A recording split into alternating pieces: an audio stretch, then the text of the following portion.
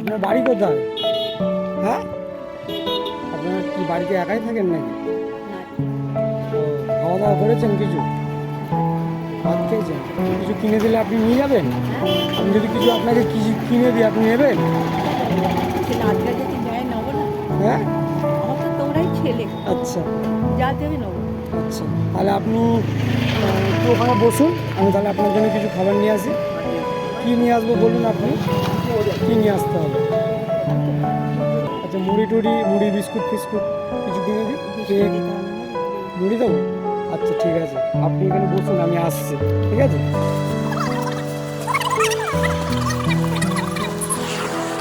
এ নিন, এই তো এইটু আপনি নিন, এটা আপনি কিছু খাবেন ঘরে গিয়ে, ঠিক আছে?